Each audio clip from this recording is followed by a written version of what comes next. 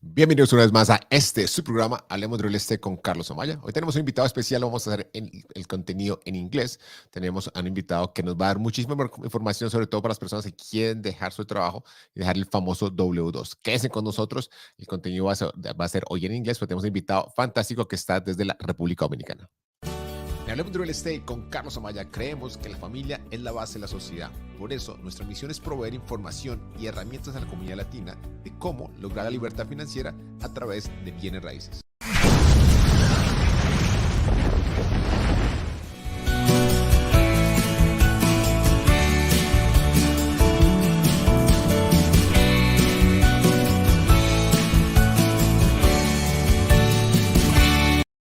So today we're having a special guest. It's a person that I really admire. He's one of the nicest guys in this space of the podcasting industry. It's someone that accomplished the goal that a lot of us try to do, which is leave W2, just get out the rat race. And he did it in a great way. He went from like one property to 42 units in only 3 years.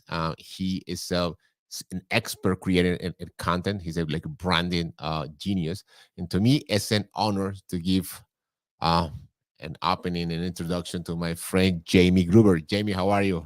This is amazing. I've never seen. I gotta. You talk about me in podcasting. This is like. This is the most.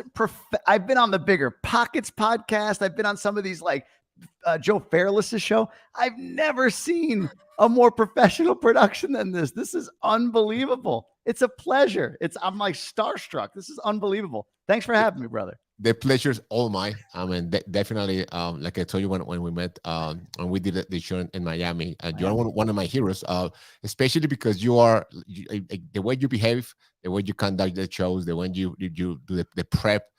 So you're someone that look up to. So for me, it's like it's a dream come true to have you here on my show. So thank you for accepting it and taking the time out of your family to be with us. Oh man, the pleasure is completely mine. Thank you for having me. So the name of the title of the show today is just leave W2 and just get out of the rat race. So let's start from the beginning. So you were working in a W2, you have a nice position. So you're originally from New York, correct? From Long Island. Yep. That's your local. So just tell us where were you working for how long, and then we went through we go through the whole process. That how did you decided to leave, why, and how did you do it, and then what comes after? Because sometimes leaving the W2 is hard, but what comes after is even harder. So that's what I want to just get all of that from you and more. So just go ahead, share your story. Ready to go, man. And honestly, like, nothing, your story, I remember having you on the podcast. I mean, you went through incredible sickness and everything else and have overcome and have built this brand and this business and this life that you've built. So, I mean, anything that was hard about leaving my W2 pales in comparison to the story you have. So such a nice guy. Context, but I'll roll with it. I'll try to share my pain and hardship and try to make it even relevant to what you went through. 21 years. I was with a company called Progressive Insurance. Everybody's heard of them, Yes. the Flow commercials and all that stuff. And no, I've never met her. People ask that all the time. Never met her. In fact, I learned that she gets paid a few million a year for about 20 hours of work a year or something like that. It's not much. And so no, we never meet her or never met her. I was in claims. So I wasn't on the sales side. I started as a claims adjuster and then just started moving up the ranks. Went from New York to Boston as a manager, kind of a middle manager type of position, and then went all in on being an executive, because executive came with big pay, big bonus, equity, all of that stuff. So I applied everywhere for an executive level position and kept getting turned down. But, a little bit of tenacity and push. Eventually I got the job in Michigan. And it was immediately, I mean, as immediate as can be, probably within 30 days of getting the job. And, the initial, excitement of it wore down. And that first meeting with your team, or even in that first meeting with your team, something just felt completely broken inside of me. It just, I was completely misaligned with the idea that fulfillment was going to come from achieving this position, which I had just sort of put my head down and put blinders on and said, I'm all in on getting that job. When I'm there, that's when I'll be happy. And instead, I realized, man, I've a long time ago disconnected from who I truly am in pursuit of something I'm not, really just on the idea of making more money. So I was very result focused, trying to make more money. And I just sold out for it. And so it was a tough way to kind of come to that revelation, pick my family up from everything they know. My wife is an immigrant from the Dominican Republic to Boston. The family that is in the U.S. is in Boston. And I just took her and our first son and moved us all to Michigan. And then I hated it. My wife was saying, because I traveled a lot in Boston. And then when we moved to Michigan, I wasn't traveling. She's like, you're here, but you're not here. You're not present at all. So it was tough. It was really, really tough to sort of realize that, man, I've just made a major move in the pursuit of something I didn't truly want. And now I got to deal with that. So that was kind of the beginnings of it. And I think a lot of people approach that. I've learned, especially since leaving my job, if you're a 35 to 45 or, 50-year-old man or woman who makes a decent buck. I was making $300,000-400,000 grand a year in a position that, how dare I complain because I'm doing well, but just, I don't feel this. I can't imagine doing this another 20 years. There's so many people like that reach that point where they cannot understand how they're going to make it through the next 10 or 15 or 20 years to retire. They just become completely empty and unfortunately numb with alcohol or food or whatever it might be. And that's great. And that's great that you mentioned that, because it's easier to complain when, like, let's say you were not compensated for your job, and you're not making enough money, or you don't feel like frustrated. So, but when you're in a position that you're making that kind of money, you feel like guilty. So how can I complain when I know I'm in a good position, supposedly, but then you realize that you are not following your path? Yeah, 100%. That's it. It's funny. It's kind of like the professional athlete that signs a $50 million contract and says, yeah, the pressure, and it's almost like they can't have problems. Same thing, right? You're making a few $100,000 a year. What problems could you have? It's like, the money is nothing. The money is just a metric by which you're measured, or the value that's assigned to you by a corporation. But if you're not who you're supposed to be, if you're misaligned with who you were intended to be, or who your authentic self is, it doesn't matter how much money you make. Hell, I had a guy on my podcast named Shea Hillenbrand. He's a Major League Baseball All-Star, former Major League Baseball All-Star, who almost killed himself in those years that he was an All-Star because he hated baseball, or at least he hated his role in baseball. It wasn't fulfilling for him, but outwardly, how dare he? He makes millions of dollars a year, right? So that, I learned, doesn't matter. It's more about being aligned with who you are. So that's kind of where I am with the story. But I don't know if you have a follow question, but I can keep rolling, or you tell me what to do. No, you could keep rolling. If I see an opening, and I'll get in. But you're a pro. I mean, I can just mute my phone and you can do the whole show. I'll do my best to at least make it interesting. So anyway, all right, here I am. I'm in Michigan. We've got this new life there and everything, and I'm miserable with what I do. I looked around at a lot of different things, and it was really hard for me to figure out what is the thing that's going to get me out of the job. You're making a lot of money. It feels like a lot to replace. I looked at other jobs, and everything just felt like, I mean, at least the devil I know, right? I don't want to go somewhere else and be, it'll take me 6 months and I'll be miserable again. So I was looking for what I could do, and I stumbled on real estate, the idea of buying real estate. And at the time, I had a single family house sort of accidentally. When I moved from New York to Boston, it was 2008. I couldn't sell the house. Even though my company had a buyout package, I still couldn't sell the house. So I kept it, and I had it for a long time, and I was renting it, I don't know, break even, maybe a little bit of a loss every year, but nothing crazy. As long as there was a renter, I was doing fine with it. And so I looked at other options, and I saw, Bigger Pockets was talking about this BRRRR strategy. So looked around, and in that same area where I own the single family, I found 2 distressed duplexes from the same seller. We bought them for like $170,000 combined. We thought we would be able to put in $35,000 and then refi out and take like $20,000 at the end. The reality was, how did you find this property? So did you MLS? MLS. Yeah, right on the MLS. Okay. Yep. The guy owned 4 of them. We looked at all 4. We put all 4 under contract, 4 duplexes. 2 of them were just really bad. So I killed the contract, and he said, "Hey, if you want the other 2, I'll sell those to you." So we did. We bought them. Together. We, 2 different mortgages, but we bought them together. I used a home equity line of credit for the down payment. Okay. I took a loan from my parents for the rehab. So it was no money out of my pocket. And again, I was thinking 35 grand was the right number that was going to rehab these properties. It was more like 70 or 80, right? Like we way underestimated it. But that sounds familiar. Yeah. Such is life, right? Like that's the thing in real estate. You don't know until you do. It's like having babies, having kids. Like there's no way you can simulate being a parent by reading a book or going to a breathing class, whatever they call that before your wife delivers.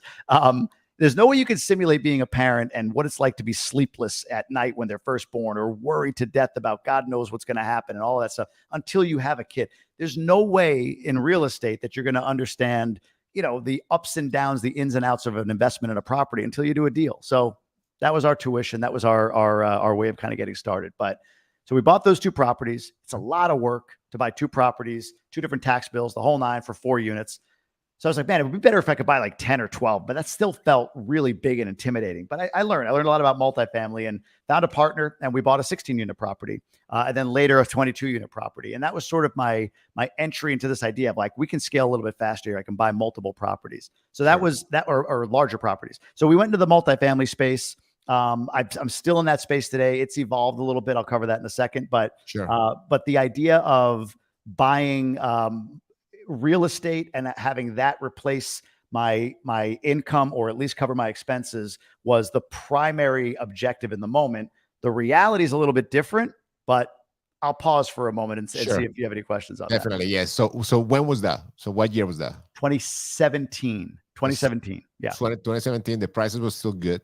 Yeah. So you bought the 2 properties, and you self-managed, or you have a management company? Self-managed. Self-managed, because you knew the area, and then you said you found a partner, correct? And you bought like the 16 units, you said? 16. Yep, exactly. Okay. And how did you find the partner? Partner and I were in a mastermind together called Wheelbarrow Profits, Jake and Gino. So we were both kind of newer multifamily investors. Okay. It seemed big, and Jake and Gino's community was like kind of serving that niche of, hey, I just want to buy small apartment buildings. Okay. And whose name was in the mortgage? Was your name? Who put the down payment? Because the other one you did like OPM, other people's money, exactly like Robert Kiyosaki says in the book. And the other one, how did you guys do it? How did you finance the 16 unit?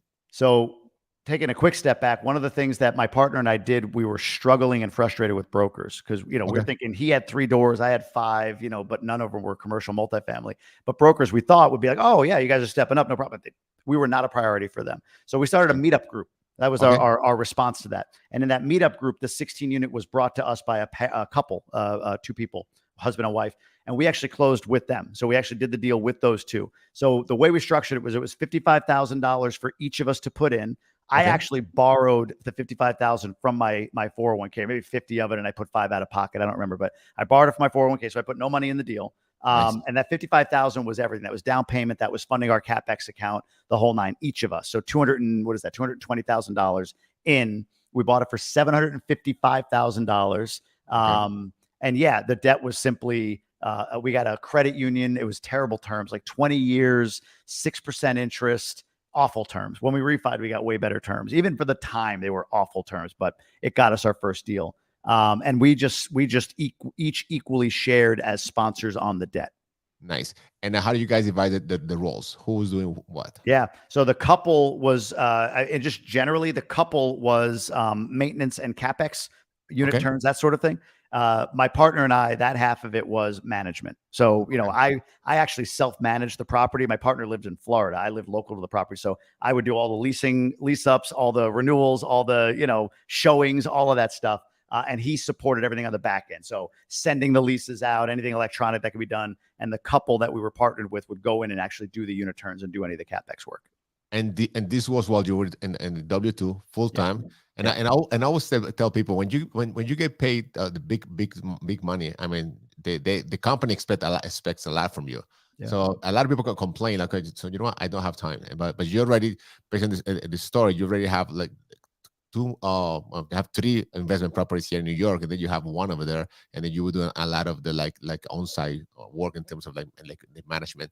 Okay, so what come next? Yeah, so after that, our multifamily meetup group expanded. Other people I knew in other cities were really interested in what we were doing. So I kind of scratched out, hey, this is the process, and they were like, yeah, great, this is great, but can I just name it after your multifamily group, which we called Multifamily and More? And I said, sure. So we didn't really have a lot of structure to it, but there were like 21 chapters at one point. So the next thing that came along was this 22-unit property in Cleveland that the guy who ran our Cleveland meetup group had under contract. I knew him. I knew the property actually, and I signed on the debt on that. That was a small deal. That was, for me, I got 10%. All I did was sign as a sponsor on the debt. I put no money into that. So I guess at this point, I haven't put any like cash into any Okay. property as I talk through this.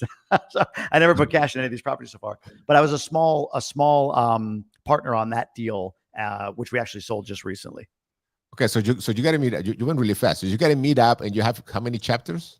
We had 21 chapters after about 1.5 years Oh, nationally. that's huge. That's Yeah. great. I mean, Yeah, we I did mean, nothing with it. Like we had 21 chapters. We got a couple of deals out of it, but we never really, we had all this attention. It was before I understood the value of brand and the value of attention and how you can leverage that and monetize it. But like that collected database and correct. use drip campaigns and all those things. Yep, we didn't do much of that. Like we added some value to people. We had a small, like, I don't know, 2,000 people on an email list. They were, we had a good following, but my mindset then was, all I want from this is people bring us deals. That's it. Sure. So I didn't think of the business side of it with the actual kind of mastermind of it. Instead, I was just fully focused really on the can I get deals from it, and I was just having fun with it. But yeah, when we tried to make a business out of it, it got really complex because we didn't have any structure for the chapter leaders. We never had contracts in place. It was just like the Wild West. So, lesson learned, but that's what we did. Oh, it was a great vehicle for you to accomplish what you're looking for, which is get the property. So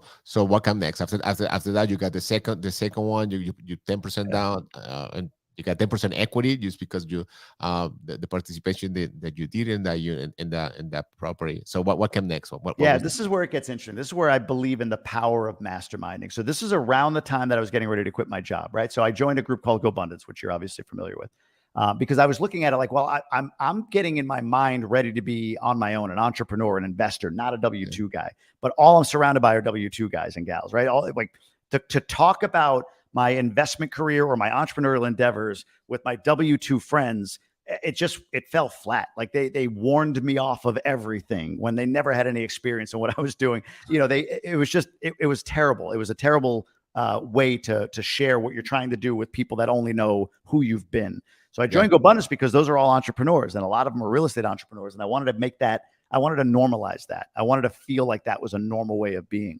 So getting in with this group, I started to really meet and network with people. I actually built a company within GoBundance that I partnered with GoBundance called Emerge and Ascend, where I got to serve people. It was sort of like what I should have done with multifamily and more, building a mastermind, building community, and learning how to monetize it. I ended up taking the lessons and applying them to a course and a mastermind I have called Emerge and Ascend, which are sort of hey, you're not a millionaire yet to join GoBundance? Well, you can join this and I'll help you get there and bring in proximity and connection to people that I know.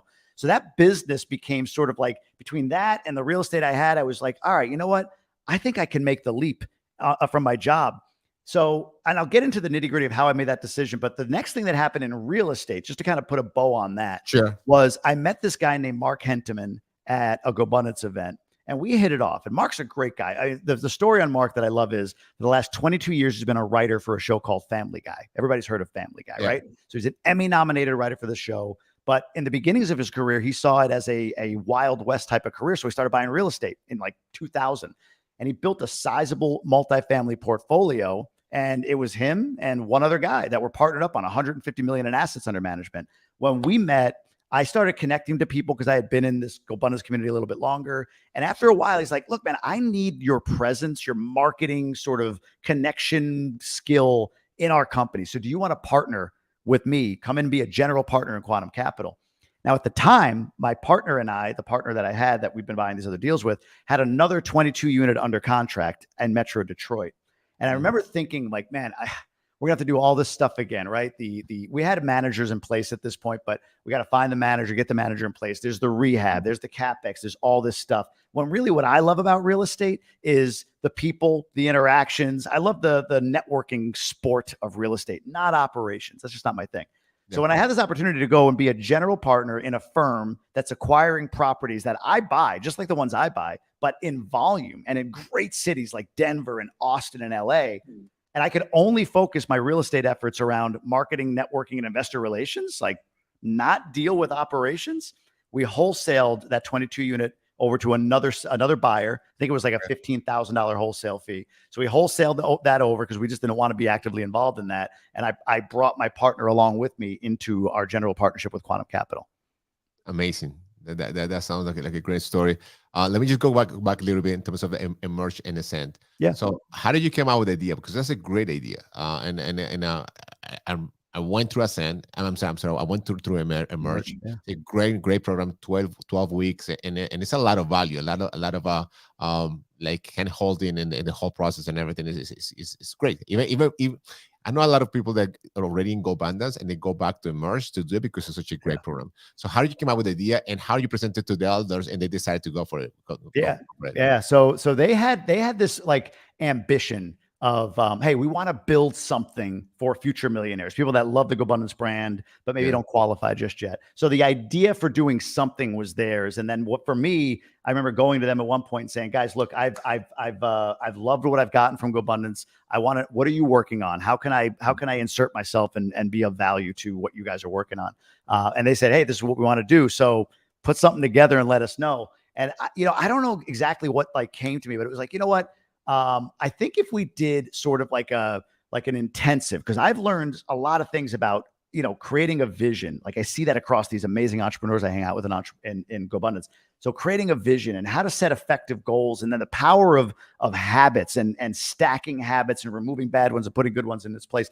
And then having a planning ritual and in all of that, the power of proximity and accountability and just networking. And like, how can I break that down? So honestly, I think I chose like 12 weeks feels good. And then can I fill it in? And it was like, no, this actually works. I maybe it could be 10, maybe it could be 13, but like I could do it in 12. Right. And so I built this course, and then I thought, you know what?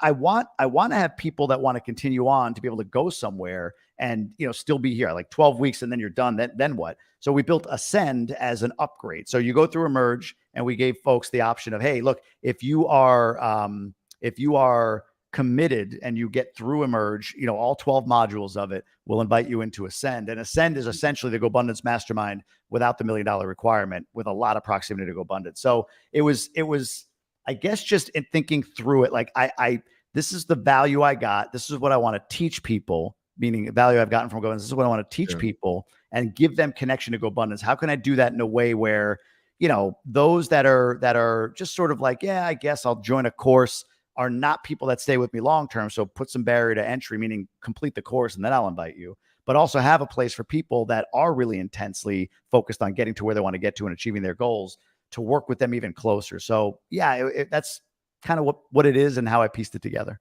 And it's an amazing product. So at that time, you still at your W2, correct? You build us as Emerge, Ascend, and then you have all the things going on in the real estate, and you're still at the W2, or you already left?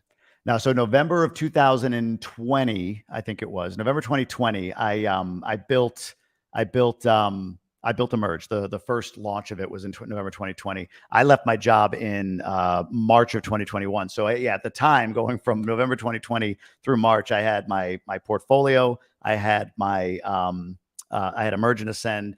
I had my wife and kids, of course, and I had my job. So I had all of that kind of happening at the same time in that time frame, which was exciting. and then you have the pandemic, because it was Yep. That was all percolating as well, for sure. Yeah. So, and how was the few months after you left the W2? So, because I've been talking with a lot of people that left the W2, and it happens to me too when I did in 2019, and it was really hard in the beginning. I mean, I was like, you don't feel like you belong, because everybody else, all your friends, like they're working, and then you have extra time, which you didn't have before, even though you have some projects. So how did you deal with the transition? So the best thing I ever did was 2 years before leaving my W2, and I didn't do this intentionally, but it ended up being the best thing I ever did, was I joined GoBundance. So look, what I realized, if I had left what you just described, if I had left my job without any sense of community or any sense of a network of people that I could grow with, like if I hadn't, I think when you're going to leave your W2, if somebody's thinking about leaving their W2 job, that identity shift happens now. It doesn't happen when you do it. It has to happen now. And for me, the way to shift my identity was to put myself around other people that have the identity I'm becoming, or I've become, or I will one day manifest, as opposed to the identity I've always had. So when I left my job, I'm not going to say it was like, the smoothest transition ever, but what I realized was I had built up yeah, I had some equity in my properties. I had some income coming from different streams. I had some savings, those sorts of monetary things to protect me. But the best equity I had was my network equity. Sure. Because when I quit, the moment I quit, that's where Mark Henteman came along and said, hey, you got time. I got this partnership we can bring you in on. I had other guys in GoBundance saying, because they knew me, I was part of the community, they felt like I added value. I want to do something with you. I want to do something with you. I want to do something. I had to say no. That my biggest challenge in the month or two after I left was I had too many offers to do projects or team up or partner up or start businesses, because I had put myself in this situation of being around people that are the future version of me, or represent the future version of me, well before I actually achieved on paper the future version of me. So I think the biggest thing for me was, the time right after I left, my biggest challenge was that I was still to this day, I think, in some extent, was in, wait a minute, I need 40 hours for pay mode. So I never took a break. I never allowed myself downtime. I would just go. It's like, I have to work. I have to get up and work. So I just didn't people were telling me, take a month, take 2 months, take it off, just go be for a little bit, decompress, and then restart. I never took that advice. So my biggest challenge was lots of opportunity, lots of shiny object syndrome. A lot of people I had to say no to, even though I wanted to say yes, because I love doing things and different things. And then just the intensity that I took, the immediate departure from my job. I remember my wife being like, didn't you just give away 50 hours? Didn't you just stop working a 50-hour? Like, how are you busier now than you've ever been? But when you build something to run toward versus running away from something, then honestly, most people report this. Maybe it happened for you, but I was busier, and still to this day, probably am in some ways busier now, but I love what I do, than I was in my W-2 job when I didn't love what I do. So that's my biggest challenge. I love that you mentioned that, because that happens to me too. I get so busy, and I still am. I work more hours than before, and a different kind of schedule. I have like meetings at night, which before I never did, but it feels a lot different. But the transition, because I did the backwards. So I did it, but I didn't have like a support group until I found GoBundance. And I always tell the story. Since I met before joining GoBundance, I was like a lone wolf. Exactly what you described in the videos and everything, in the promo videos, and it was such a huge game changer. And then that's what I recommend everywhere that I go, because it's an amazing organization. So we've been talking about different things, but I haven't heard anything about the podcast, because you see, when you heard the Jamie Gruber name, everybody, like a lot of us, just associated with podcasts, like you were born to do this. You are like Brandon Turner. The two guys that you guys were born with the microphone. So how did you how did you start the podcast, and how did you become that good? I mean, that's something that you did before. You knew about that you have the ability to talk. I mean, to communicate that well, or how did you came up to do the podcast? That's a great question. So when I was a teenager, my goal was to be an NFL sportscaster, right? That was my whole thing. I remember I had a little radio show in my local town, and I was going to go to college for all of this and everything. And then, I didn't want to go to Iowa after college and work the 2 to 6 a.m. classical music radio shift. Like, that wasn't for me. So I wanted the results, but I didn't want to do the work, right? I didn't have a passion for the work of being a radio personality or going to be an NFL broadcaster. I just wanted to go to college and then be in the booth. That was it. Simple as that. I wanted to all be done for me.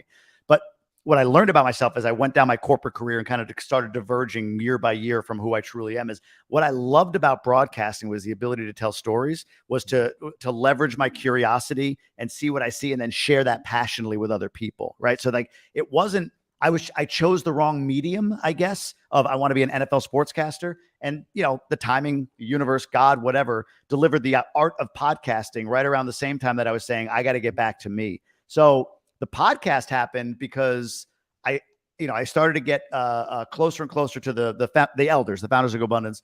I do this partnership with them for Emerge and Ascend. Pat Hyben was hosting the GoBundance podcast at the time. And I love Pat, but it was awful. It was just terrible. Like the graphics, the sound, the interviews, it was just terrible.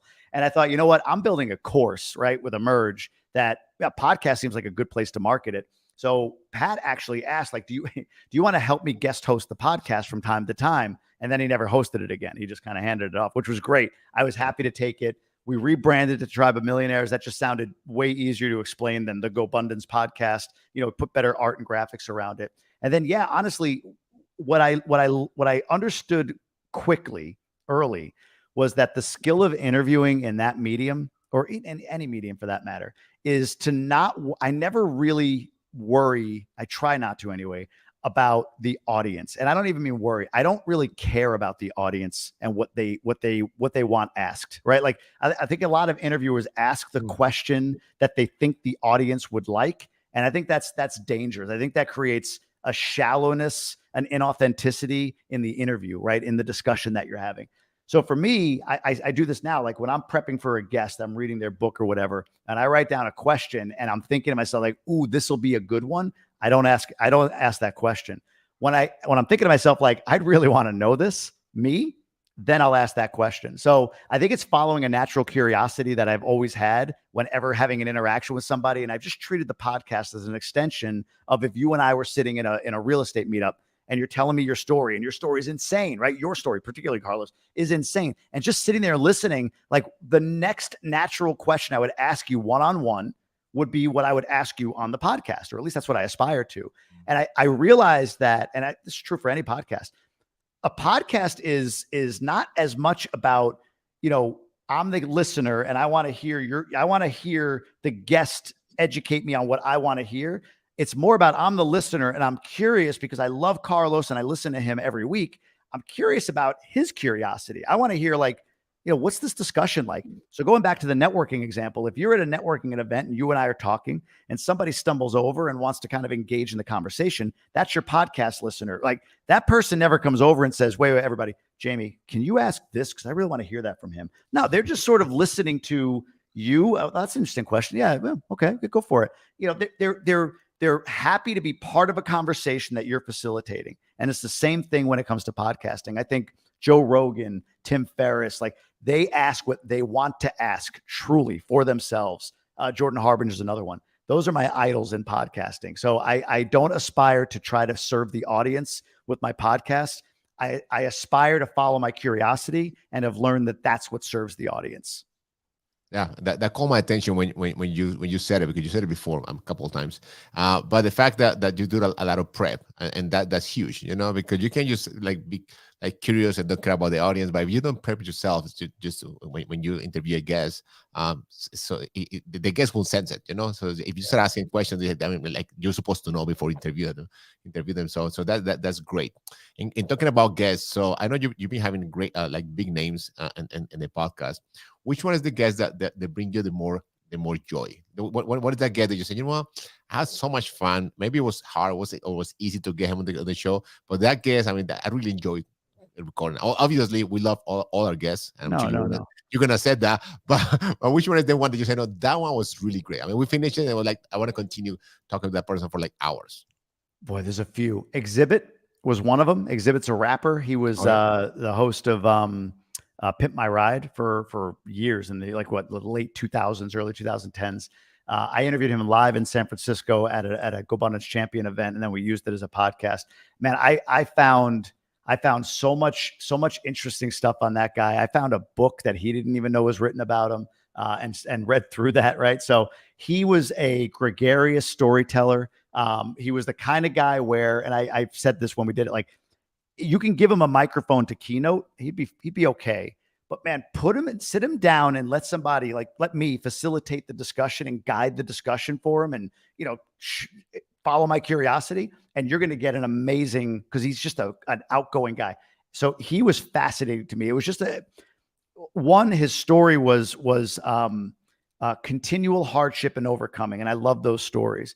But two, he told it in such an outgoing and effective way. So he stood out for me. That was one of the interviews I really, really, truly enjoyed. Another one's a guy named Sean Casey. Sean Casey's a former 3-time Major League Baseball All-Star. He played with the Reds, played with the Tigers. In fact, he batted .562 in the World Series in, I think it was 08 or 09 or something like that, against the Cardinals. And he just did a really great job of relating peak performance baseball to peak performance. So he would just take me through all of these different ways of how you can apply it to life. When you're in stress, go back to your routines and habits. And he went through breathing and how just the little steps, the little nuanced steps. I asked him a question about, what's the difference between a fringe major leaguer that's at the top of the minor leagues and an all-star. And he explained it as razor thin, but gave great stories on exactly what that difference is. So yeah, he was another one that stood out to me as just a really cool, fun interview. One of the more interesting interviews I did, you were there for it, was Ryan Serhant in Miami. He was a good interview. He's done a million of them, so it's not like there was something special or different about mine for the most part. But it was the first time I had like an influencer and all of what comes with that live in an interview. So we're in a room I interviewed you. There's 2 chairs, there's 3 or 4 cameras, there's a production guy, and then there was like 20 people in the room just staring at me and him, including 2 of his vloggers, his video guys. I mean, everyone, all the other podcasters came in, whoever could sneak in the room. They're just standing there. I have a picture of it. Their arms folded, just staring at me and him while we're just casually waiting for the engineer to get things rolling so I could start recording this thing. And it's funny, like I wasn't nervous. I felt pretty good, but it was an interesting moment to be present. Like, wow, he was like nothing, right? Like no big deals. It was just an interesting moment for me to be a part of that. But yeah, Sean Casey and Exhibit were, for me, 2 of the most exciting guests that I've had so far. That's great. Yes, that's great. Now let's go to the opposite side. I'm not gonna ask you which one with the hardest one because, but just like a terror story. Like Brandon Turner was telling the story in BP Con last week that David had a guest, and then they finished the conversation like 45 minutes was great, and then they realized they never recorded, so they have to do it all over again. So that was like, and I have my own too. I have one that would record was great, and then when I start just doing the editing and everything, I realized that the sound was not good, and I wasn't able to record it again with the same guy because he was traveling, and at that time we were now doing this virtual. I mean, I was bringing people here to my home studio to record the podcast. So in terms of you, what are your nightmare stories? Like, okay, this happened to me doing a podcast. I mean, nightmare strong. I've had some times where I got the wrong mic on, so I'm talking to this, but my laptop mic is on. Is like stupid. You could hear it after the fact. So that's happened. I remember on one podcast I had my like a pop in the electricity and like everything went down and I had to reset for like 10 minutes before I could get the guest back on. But honestly, and this isn't, the biggest horror story for me was, and it's not even that bad, but I had recruited this guest who is a massive author. I'm not going to say his name. Massive author, New York Times bestseller, like #1 New York Times bestseller multiple times. If I mentioned his book, you would all know it. It took a referral, a recommendation, a connection, all this stuff to get him. And then even when I got him to maybe kind of commit, he wanted a 15-minute pre-screen of me. So he like interviewed me in advance on a Zoom and we talked about it or whatever. And then he finally scheduled the show and I was doing all this research and work on him. And then he reschedules the show for a few days later. And then he got on, and this guy's been on thousands, hundreds. I'm not going to say thousands, hundreds of podcasts. I know because I listened to 10 of them, 12 of them, right? Like that he's been on, and they were all amazing. I was so pumped, so excited. He spoke for 45 minutes straight and it was all over the place. And he left me nowhere to ask a question. Like he would start a point and it was getting interesting. He'd get 80% of the way through. Then he'd go on a tangent. And I'm thinking, okay, he's going to bring this back. But then the tangent would get 80% of the way through and he'd go on another tangent. And it just kept doing that until like wherever we started and wherever the hell he was, were so far apart. And I remember thinking like, what's the next question I'm supposed to ask this guy? Like back to the first thing. So it was just, we put it out. I almost didn't. And I asked the editor, like, there's gotta be a way that we could finagle this and take this and put it here. And it was not a good interview. We still put it out, but my horror story was just like, that was a lot of work, a lot of time to land a big guest. And then it just was a complete pile of what. So and sometimes the opposite happens. Like some guests that you like, you don't expect that guest to be great, and then you realize it's such an amazing guest, and they have done such an amazing story. Even though you do your homework and everything, but then the person come up, or I don't know if that happens to you. I'm sure that happens to you too. They become vulnerable. They open up really well. So and then you're like, man, this is super nice and there's a lot of value. And then you become like a conversation. Of course, you want to try to figure out how you're gonna handle it, just to try to guide the conversation. But sometimes it goes in different route. It's a lot better than what you expected in the beginning with. It's funny you say that. I keep my conversations on the podcast are typically pretty open. Like I don't script it. I don't have a lot of pre-ready questions or anything, because I do like to see where it goes. Like I had an interview with a guy that was a stem cell expert, and it was a great interview on stem cells. But then we got into some depth on his story. Like I mean, crazy stuff. Like how he saw his father. While his father held a gun on him and his mother at one point, and then he shot himself right in front. I mean, just like, and what that meant to him and how it impacted him and how it still does today. And it was, but yeah, I like letting it go and just letting the story organically go. And to your point, yeah, a lot of people they'll open up and go into it more as they roll. That's great. So now let's talk about like content creator. I mean, you are an amazing. I mean, like my wife look at your content and Brandon's content. You see, that's how I want you to do it. So, how did you come up with it? Because it looks natural. You said last time we have a private Zoom call within the group, and you were giving so much value in terms of like the things like you record like almost every single conversation. You try to like not to waste like content at all. So how did you come up with the idea to handle it that way? Because again, it seems and it looks so natural. And so I feel like we're gonna get to the DR story in a minute. But I felt like I moved to the DR with you guys because I saw the whole process. I was like it became as natural, because sometimes you see people doing stuff like you see that they set up like, oh, they look like surprised, but they're not surprised. You know that they made everything like organized, like frame it. But in your case, it looks so natural. So how you came out to become so good and just to handle it that way and structure it to the way that you're so consistent and the power of the social media that you realize they have. No, I appreciate that. Yeah, it was when I left my job, it was interesting. My brand at the time was like, investor, entrepreneur, but the brand morphed as we went along, or as I went along too, because people were so interested in like, how did you quit your job? And in that space, like I remember getting kind of tired of creating, like, trying to come up with new ideas and doing all of that. And I heard it somewhere, maybe it was Brandon, Gary V, somebody like, stop trying to create, instead just document. So the first and foremost is I document what I do, my journey. It doesn't have to be like, oh, here's my breakfast this morning, not like that, but it's, to your point, I moved, we'll talk about it, but I moved to the Dominican Republic recently. And it was for me like, yeah, this is going to be really great. And I want to make sure that I share with people, because I love sharing with people exactly what I'm doing. And I'm sure they have questions. So let me pre-answer those questions. Let me kind of get on stories and see what questions they might have. So yeah, I think it's first and foremost, if you're going to get into the social media game, or if you're going to, leverage the personal branding aspect of trying to exit your job or build a brand or whatever it might be, I think first and foremost, the idea is document, don't create. So I try my best to do that. That's first.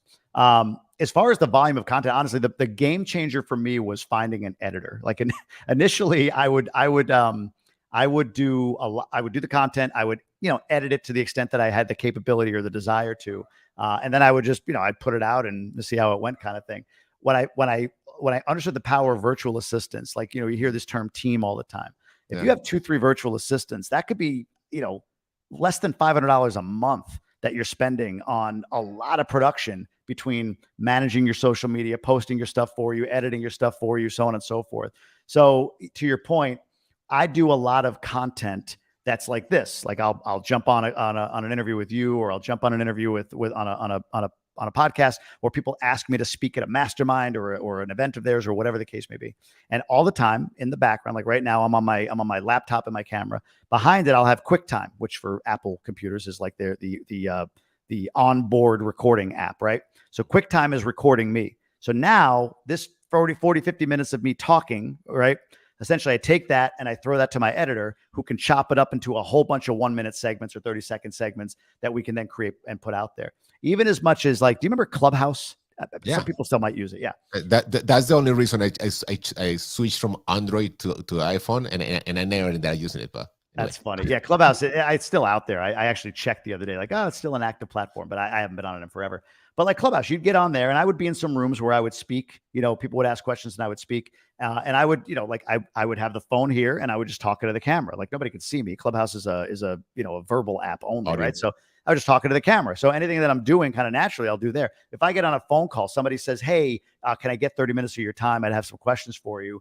Sometimes I'll say like, yeah, as long as I can record it. because I don't care about you, but I care about me and me putting, I mean, I don't, you know what I mean? Like, I don't care about you being on camera. Like, it's not about you being on camera. So don't worry. I'm not going to take your stuff and send it out, but I do care about leveraging this time so I can create content with it. So yeah, I think one, document. Two, the easiest way to do that is just to record. And it's not like you have to have your phone up the whole time recording everything that you're doing and then hope out of 12 hours of coverage, you can get 20 minutes of stuff. But like this, you're talking to people, record it. I go on a lot of smaller podcasts, not because, I mean, in part because I want to help, but the other part is like, well, I could still create content out of that. I could produce content from that, right? So why not, one, put my message out there, two, help this person, and three, create content for myself. So yeah, repurposing and cutting up and not wasting a minute of your content or your time is amazing. It's the best way, I think, to build your brand and put out a lot of stuff so that people can kind of build affinity towards you. It's how you raise capital. It's how you build your network. It's how you quit your job, to be honest with you. No, it's a great. And how do you come up with the team? Because that's one of the struggles that a lot of people go through. Like, okay, so I realized, like, especially there's books like Who Know How. Okay, so we have to find out the who's, but the who's are not. I mean, that if you get the wrong who, you're gonna waste a lot of time and effort and money too. So how do you get your team? Yeah, the first thing I did, I was on a podcast with a guy named Ruben on his podcast. It was called The Real Estate Lab, I think, or something like that, The Real Estate Lab. And I learned from him that he had he started like an agency where he would essentially hire assistants or virtual folks in the Philippines who had editing skills. And I could hire his agency. It wasn't much. It was a few $100 a month to take my content and repurpose it. So they would literally go into my Zoom account after I recorded something. They'd extract the Zoom video. They would edit it. They would put it all together, and then they would post it for me. Like, if I didn't want to, I didn't have to touch anything. They would just do it all. Like, I just create and they do it. Right.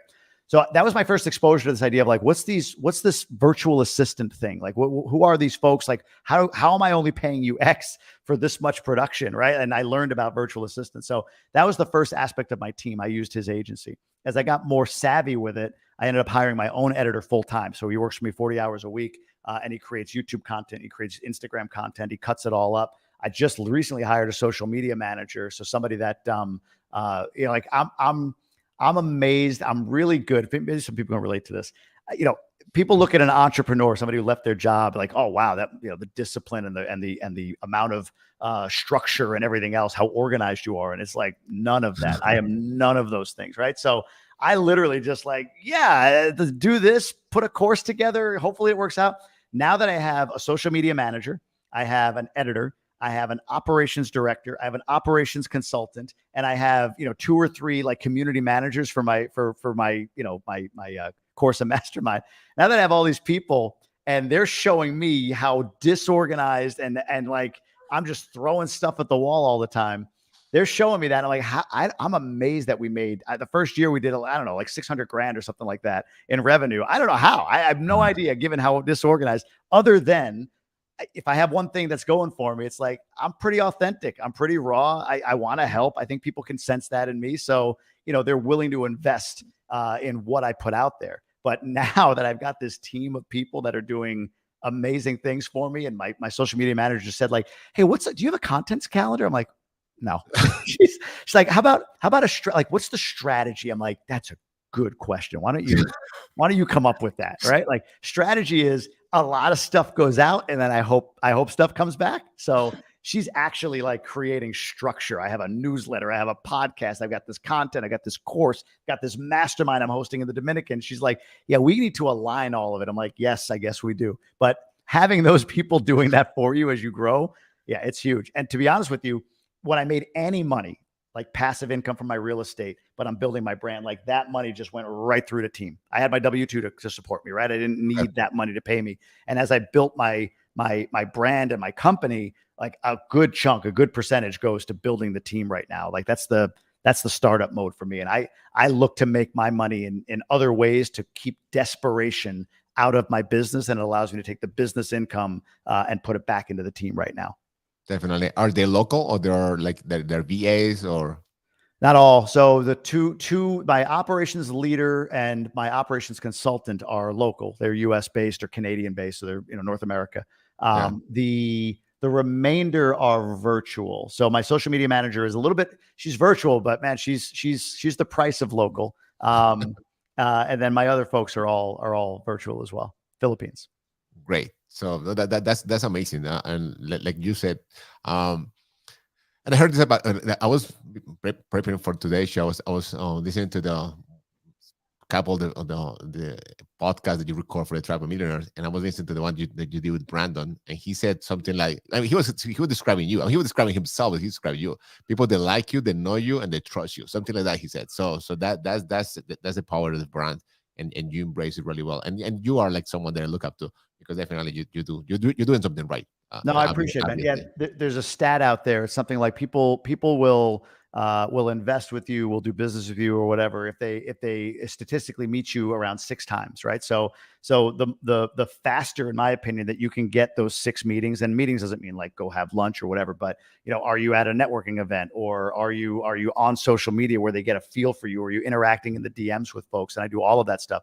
So the faster you can get to 6 times with somebody, the more likely that person is going to invest with you, buy from you, do business with you, partner with you, whatever it might be. And that's been sort of my thing. I put out a lot of content. I've got my Emerge community, and my entire business model has really become trust. So you come into Emerge, and if you feel like I'm serving you in some way, or that this program or product is serving you, then great. You might come to GoBundance, which is what you did. And in GoBundance, you're there and saying, well, hey, I'm an investor. Who do I invest with? Well, I know Jamie. I mean, I can't, all of these deals look the same, but at least I know Jamie. I trust Jamie. I like Jamie. So I'll invest with Jamie. And we just had that happen. I had a guy invest 350 grand almost without thinking in a deal that we just did, because he's like, look, man, I invest with a lot of people. I don't know any of them. I know you. I've been in Emerge. I'm in GoBundance. I'm ready to go. I understand that the deal is the deal, but I looked it over. It looks good to me. I trust you. Let's go. Another guy called me today and said the same thing. He's like,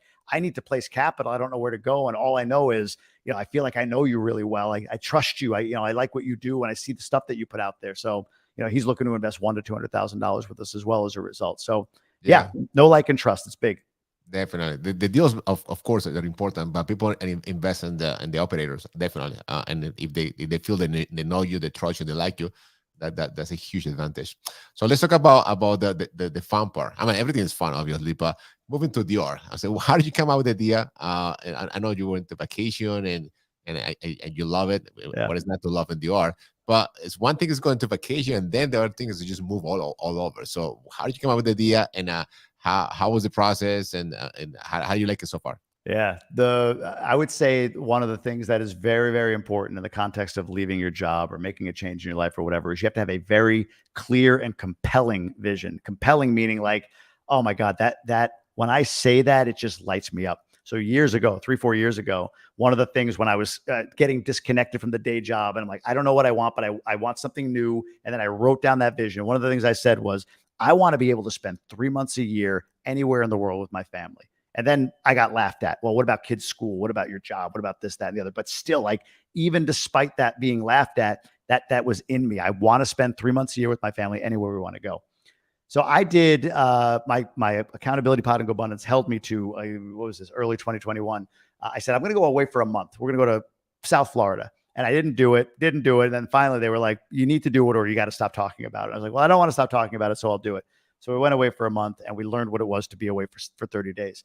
In January of 2021, we duplicated that 1 month away by coming to the Dominican. So at this point, I had quit my job.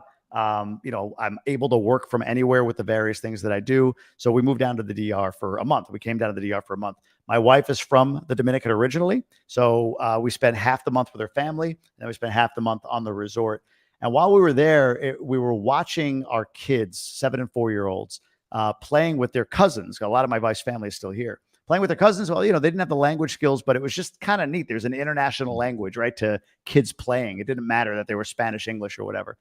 So when we saw that, we were like, you know what, this would be really cool to do for a while. And it just was sort of a thought like, let's do a year. So we just started step by step thinking about from January to when we moved in August, what we need to do, what would be the next step, what do we want to do with our house in Michigan, what about the cars, all that stuff. And yeah, we sold one car. We put the house up on Airbnb. We might rent it long term. We have somebody that's thinking about taking it long term for us until we return.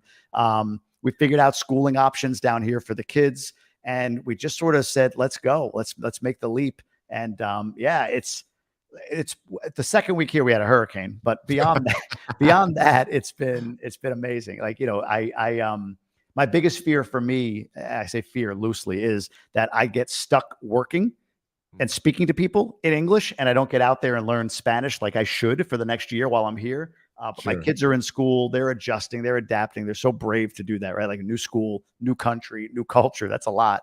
And yeah, we're loving the weather. We rented this house in Punta Cana that we love. And yeah, what's crazy is I set goals for 3 months, right? I set a goal for doing that at some point to be gone for a quarter. And it's amazing how when you set goals, for me at least, whenever I set goals and then I achieve the goal, so many times I've underestimated my ability to achieve something, right? So I said 3 months, we did a year. And even more recently, I put some financial goals in place that I've blown by, but we set safe goals, which is what I did. And I've blown by that with this move. So at least a year, maybe 2, we'll see, but it's been great. It's amazing. And I have to ask you this because it's something that caught my attention. You have different strategies and business, obviously, but also in your personal life. So tell me about or share, because I know you shared it once and I heard it. You have those. I don't know if you still do it, but you used to do it here in the States. That you go like a weekend, like off, and you like it's like I don't know how you call it, like silent weekend. So Solo. Yeah. Solo weekend. So can you just tell us about that? Because that to me, and I know my wife is watching. She's gonna make me have one of those soon, maybe. You need it. It's the craziest thing. I won't go. I'll try not to go too long on this, but the deal with this is essentially that when I was leaving my job, we were making that trip to Florida. I still had my job. I drove to Florida for 2-3 days. My wife and kids flew comfortably behind me. And in that 2-3 days, it just like after a while, I had nothing but the road in my thoughts. And it was amazing how clear I got. So after that weekend is when I decided, or after that drive, I should say, is when I decided I'm going to quit my job. I had such clarity. I figured out my financial stuff, even in my head, kind of had an idea, and it was like time to quit my job. So my wife and I started talking about getting alone time. So the first thing that ever happened after that was I sent my wife away to South Florida by herself to the W Hotel. She stayed for 2-3 days by herself and actually ended up extending a day. And yeah, I say you do 6 things on a weekend like this, and we do it every quarter. So we're still doing it. I just did it this past weekend, or at least Monday, Tuesday. It wasn't exactly a weekend, but there's 6 things you could do. And there's a priority order to this. The most important 2 things are that you meditate and you journal. So if you're meditating and journaling your thoughts, then you're going to be able to get out a lot of stuff that's stuck in your head, right?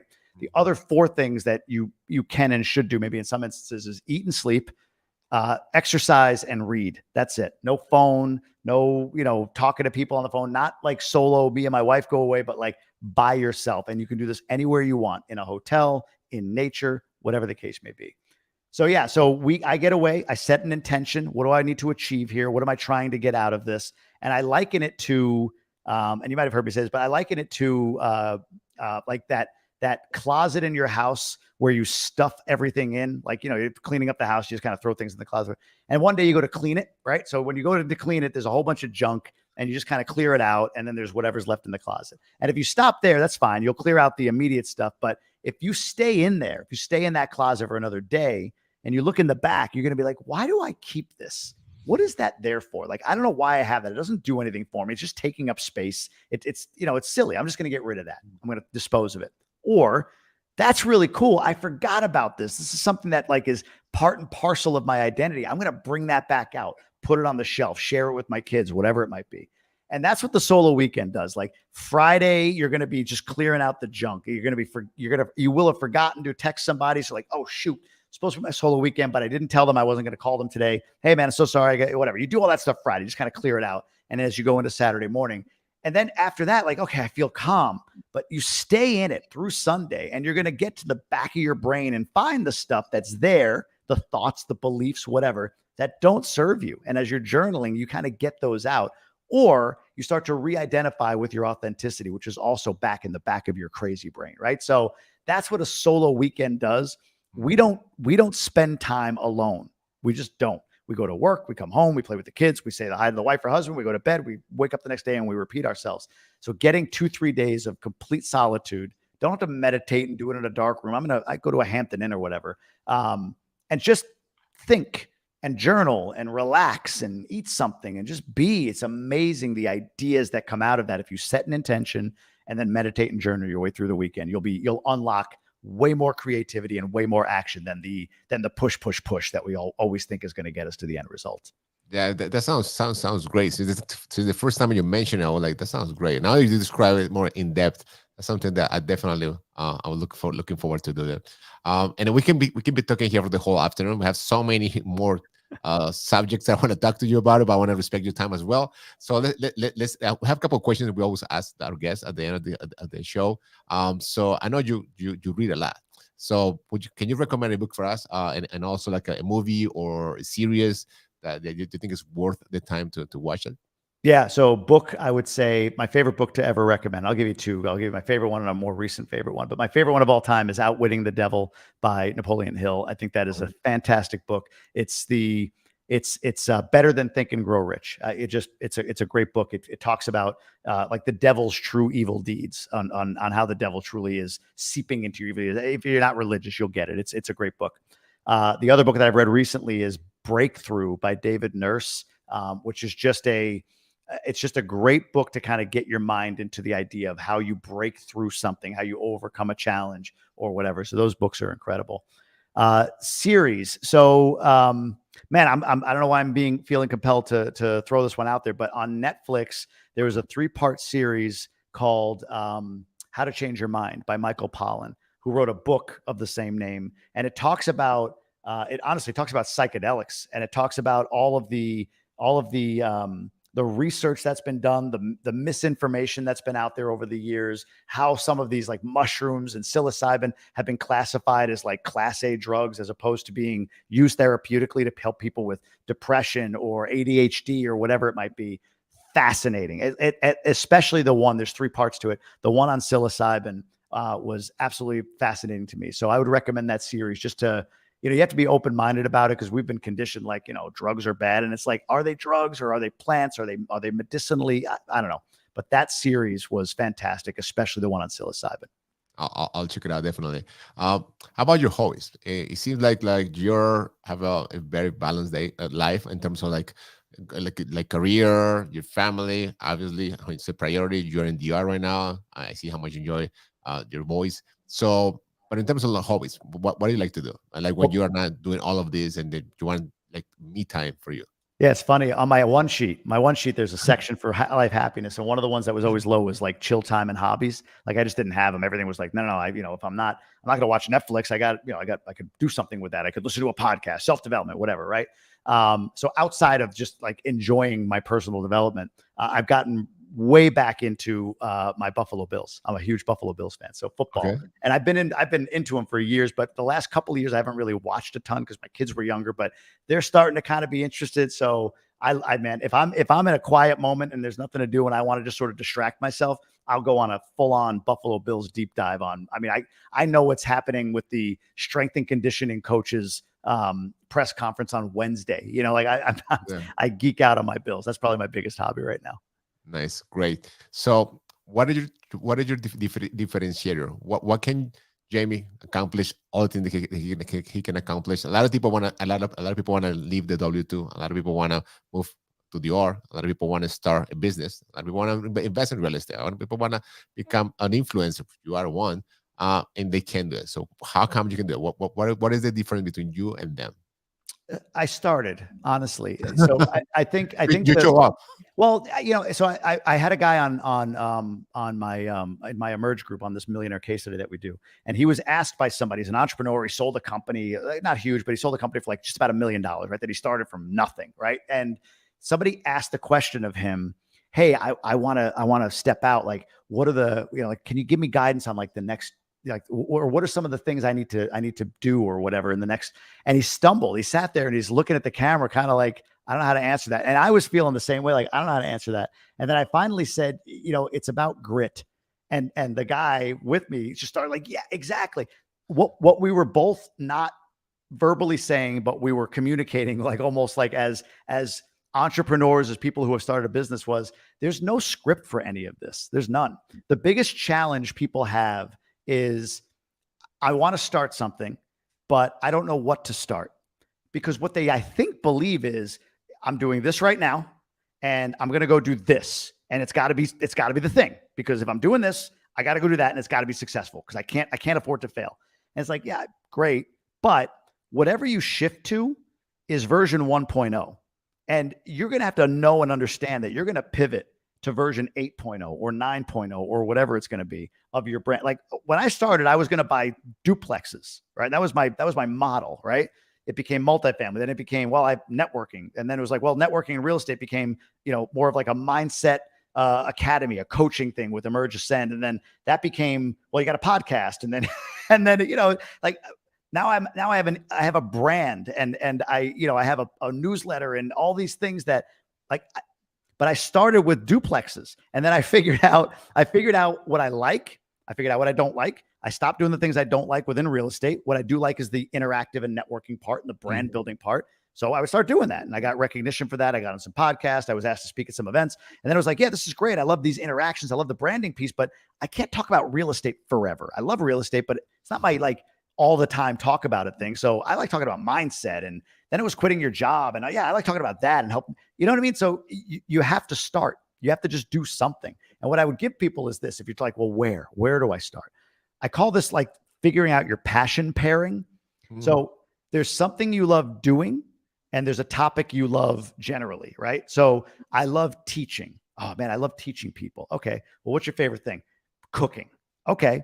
Well, you can create a company, a brand or whatever, where you're teaching people how to cook, or teaching people maybe more specifically how to cook, vegan muffins, because that's the niche you're going to serve. Or I love research. Okay. You love, that's the do. And what's the thing you love? What's the topic you love? Cheeseburgers. Okay.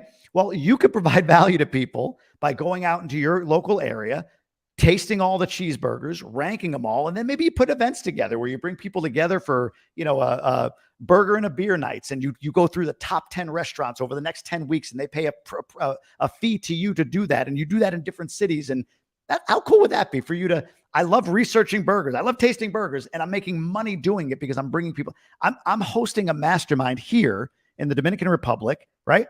So I'm monetizing the fact that I'm here. And I wanted to serve people and add value, but by doing so, it's creating a source of income for me.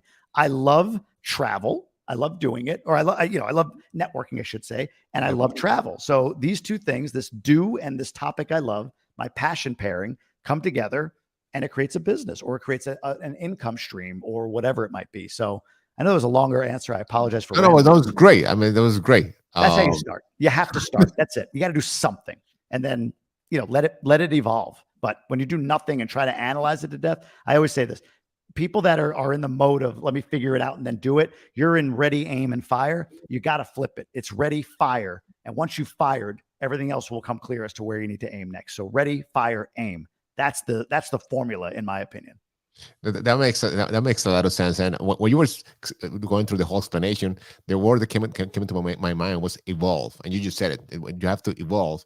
And I always think about like in terms of computers, like I don't know, we are I think we're almost the same age. I think I'm older, but remember the first generation of Windows, that was horrible. I mean, there was a horrible program, the DOS, and then Windows, and now we have all Windows 11, we have Apple and everything. But can you imagine if Steve and Bill Gates would be waiting until he had the perfect Windows? No, he didn't wait. He just got the first one, which was a lot of bugs and not working really well. But it was the point to start, like you said it, and then he's been evolving. He's going to continue evolving with the needs and everything's coming in the future. So that's a great explanation, and obviously you're a pro explaining things. I mean, but that's a great point. I never thought of it, but you're absolutely right. Like any product that you use today that's been around for a while, it was crappy at one point. Amazon was like, I didn't know what it was. It was like a bookstore or whatever online in like 96. And now it's the easiest, most incredible thing in the world. Netflix used to send these DVDs to you, right? It was weird. Like, did they have them? Did they not? You had to send one back to get another one. And then all of a sudden now they're a major media company. So yeah, you got to do something. Start and then let it evolve. It will. But because we fear the judgment of others who see us make the leap, and then we pivot and pivot and pivot, and they go, wait a minute, you told me this and now you're here? Like, this is weird. We fear that judgment. So it keeps us frozen in place in an unfulfilling job. And my mission is to help people get out of that. That just drives me nuts. And you do it in a great way, and you have fun while you're doing it. I do. And that's why it looks, it shows, and that's why you inspire all of us. So Thank you very much. It was a pleasure to have you. Definitely, I love the conversation and looking forward to continue having them in the future. Where can people find you? Because I'm sure you'll get a lot more fans out of this conversation, because something that I really admire about you is that you're really honest. I mean, you are the same person with camera and without the camera, and that Oh, man. it goes through a lot. That's so important, because people feel that. I mean, because you can just be like, okay, great presenter, and then the camera turns off, and then you were like really bad person. So See much people. you Yeah, you will thank get you. that way. Huh? Yeah, I appreciate that, man. So where can people follow you and see all the great content and all those production and everything you're doing right now, and maybe they want to just go to the next level. They might be willing, looking to do some immersion ascent. I know you are going through the like transition. I think you Yeah. said that you're gonna merge them. So when can people get to know more about you?